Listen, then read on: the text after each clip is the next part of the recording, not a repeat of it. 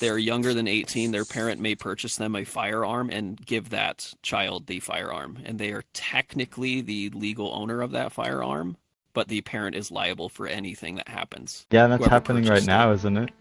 With the guy who did the different guy. Oh, different guy. Okay. Well, it's quite surreal and frightening that you guys have a multiple suspects about the multiple A different guy. different guy. A lot of accidental shootings as well. Like we have children who, so their parents, like their mom will carry a pistol in their purse, for example, and that child will accidentally be rifling through their purse and either shoot themselves or shoot someone else or shoot their, like just shoot the pistol. Yeah, I sometimes hear news from the United States that a baby shoots at another baby in the house. So my was a nanny, and the parent had a loaded pistol that they kept by their bed and did not have locked up, and that kid got mad at and held up the revolver to her. And luckily, revolvers have very hard triggers to pull, and so the kid was not able to pull it. So, Very dangerous. very dangerous. I mean, gun safety and like keeping your gun in the right place, you know, on safety and teaching your And kids about locking it is it. considered very important. Yeah. But we don't have any federal laws. There are no federal laws that require the locking of firearms within a house. So in my state, you are technically allowed to do whatever you want. You can leave your firearm inside your couch or like in your bathtub. You Under can do your whatever. pillow. Wow.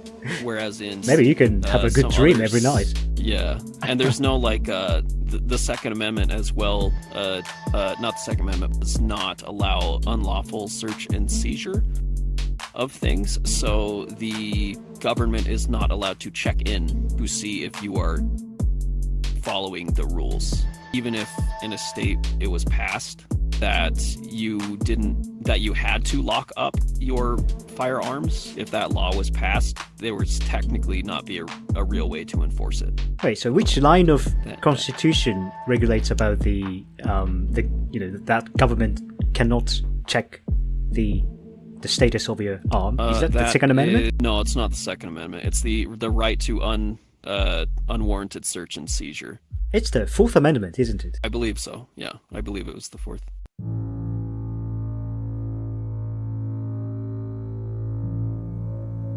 Another interesting article from the American Constitution. Wait, but I then sometimes there watch videos on YouTube about American police officers, and they try to search you, like they Yes, try yes. to get into your car without a warrant, and they try to search everything. Is that, constitutional? It depends on the the situation. So, for example, they do need a warrant to search your car. However, there are certain rubrics that they do not need to follow. So, for example, there was a recent law that was passed where, talking about those Border Patrol agents again, they are allowed to search people without a warrant. So they're allowed to search vehicles and things like that if they suspect that a foreign entity is there. But like regular police officers, they need to get into people's cars. However, it is usually signed very easily and quickly by a judge. And sometimes they lie and do a post hoc thing to cover up their trail.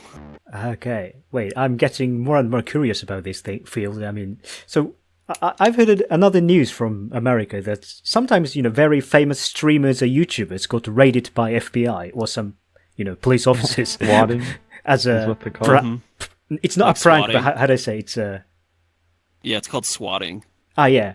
So in that It's case, where so people put in do a fake- these police officers or FBI agents have a warrant? Then they go to their streamer's Yes. house. Yeah, Okay. they would have a warrant. Oh, so they can People get that a are warrant calling very in quickly. the SWAT, Yeah, you telling can them get a that warrant there's a very crime quickly, especially if going on, there's right? like human life in danger. They can get a warrant very quickly. But it's all about Sounds like- swatting. There's just a streamer playing a game peacefully. Yeah, and someone will call in and say that someone is being held hostage. But yes, they You know- are allowed to do that. the biggest But they- streamers who had issues with this is like XQC, and like he was getting swatted like every day, and he had to move from place to place, and like he literally That's not said he like fun. developed PTSD, and like police would just like raid his house multiple times every day. In Very that scary. only sense, I think it's safe for me to say that I was happy to be born in Japan because, I'm doing a YouTube, so there's no chance that I will get raided by the police officers from swatting. Maybe after the political correctness people Oh, become more dear. prevalent in Japan.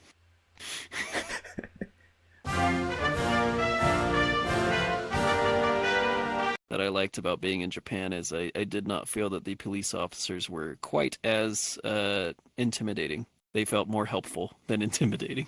Yeah, and they Because, have only very tiny revolver, and they really shoot. Yeah, so in America, a learning rubric that is entitled Killology, where it's this guy who's talking about how American citizens can't be trusted and they are all out to kill you, and so you need to shoot first. So like shoot first, ask questions later. And that has been adopted by a lot of police.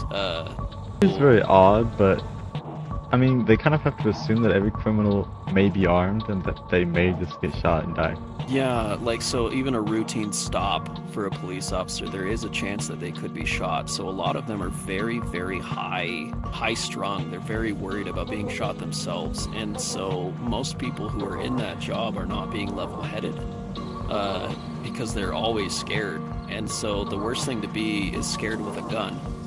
And so what ends up happening is we have a lot of citizens who get shot. The other thing too is our we have federal prisons and then we have state prisons, and these state prisons are not regulated by the federal government. So technically their overseers can do mostly whatever they want to their inmates. So there was one particular person who would play Eminem music non-stop, constantly to his inmates, and he forced them to wear pink outfits because he wanted to emasculate them. Wait, I think that kind of method is also being taken in Guantanamo.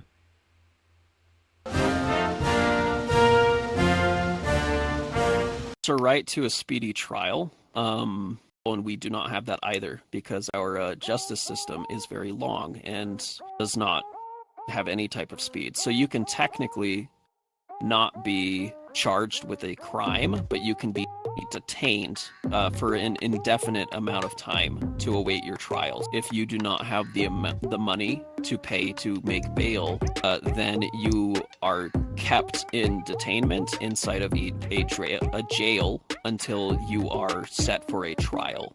And so your trial may be 2 years away. You have not been charged with a crime. However, you will be detained for those 2 years to get to trial. So even if you are legally found to be innocent, you are not compensated for those 2 years away in jail. And most people who that happens to, they end up never recovering financially or recovering community-wise, because people think that if you are sent to jail, even if you are innocent, you are still considered guilty by the public usually. And so a lot of people lose their homes or they lose their businesses. We have a kind of similar issue here in Japan because sadly in Japan people tend to have no sense of in dubio pro reo, or I don't know what's called in English. What is it? When in doubt for the accused. Yeah, that's the one. Oh, okay. I knew that was the issue in Japan, but yeah. So I've just realized I learned today from you that it's also an issue in America too. We also do another thing. So because we have so many people that are either wrongfully accused of something, or we have so many petty crimes that shouldn't require jail time, people are often given plea deals. Where they will say, just say you did it and we will give you a less harsh sentence, because if you are found to have done it, even if you did not do it, you will still get a harsher sentence than if you come clean or if you lie about having done it when you have not. So for example, if you were detained for a crime like robbery, you were thought to have been a robber, you might be detained for 2 years awaiting your trial, but those 2 years don't count towards your sentencing. Wait, did you just say the detaining period will not be counted as a... Yeah, it's not counted towards it. It's very interesting because I think in Japan, I'm sorry if I'm mistaken, but this detaining period will be counted as a inmate period in the Japanese legal system. So that's a bit surprise for me to know. Yeah. In the United States, I believe that is not the case. That's why some inmates just confess their fake confession. Yeah, that they committed a crime even though they didn't. There's even like something. So, for example, Chicago, during the Black Lives Matter protests, for example, they took protesters to these black sites where they were not allowed a phone call, they were not allowed a cell phone, and so they were missing. So pretty sketchy stuff. We have a lot of sketchy stuff. There's even like some native citizens who were taken to Guantanamo when they hadn't committed any crime. They weren't terrorists, but they were detained indefinitely in Guantanamo. So there's that too. You might be abducted by the CIA or the FBI and detained indefinitely in a black site. Tortured by... Like, so a little bit post World War II, we did not have the CIA, but after World War II, President Truman was initially... he was very against it. However, he was convinced because the Cold War started just after World War II. Truman was the guy who decided to dropping 2 nuclear bombs on my country?